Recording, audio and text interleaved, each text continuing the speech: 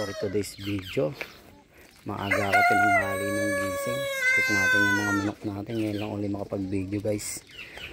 Yan o, naglulugon na yung ating mga ano, ang ating mga baby. Naglulugon na sila guys. Nagpapalit ng balahibo.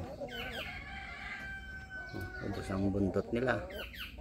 Pero gaganda yan guys pagka nagpalit na sila ng balahibo. Naglagas ang balahibo nila ngayon. Pero kahit naglalagas ang balahibo, nag-iitlog pa rin sila. Yan, ito ang pure white guys. Yan, pure white yung Brahma. Grabe, nauubos yung balahibo nila ngayon. Magpapalit sila. Puting-puti na uli siya. Ganda. Ito ang Choco Brahma natin guys. Yan, Choco.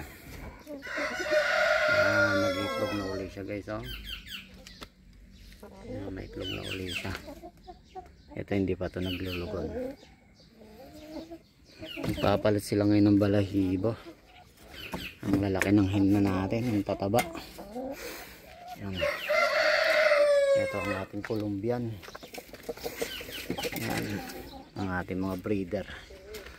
Ang Colombian Brahma. Ubos din ang balahibo niya. Pero medyo may tumutubo na.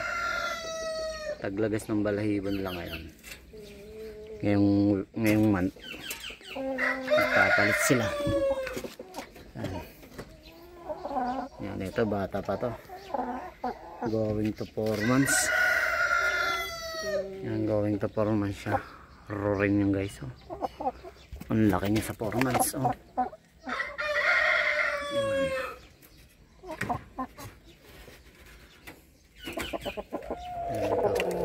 Ito 6 months.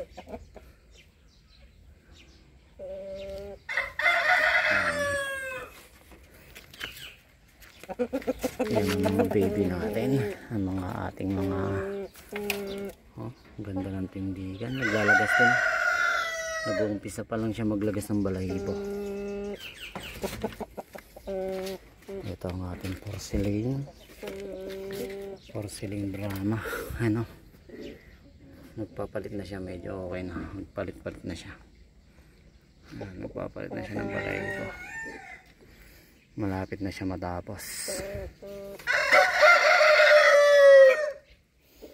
Ito ang ating moted. Ang ating moted guys. Wow, pa moted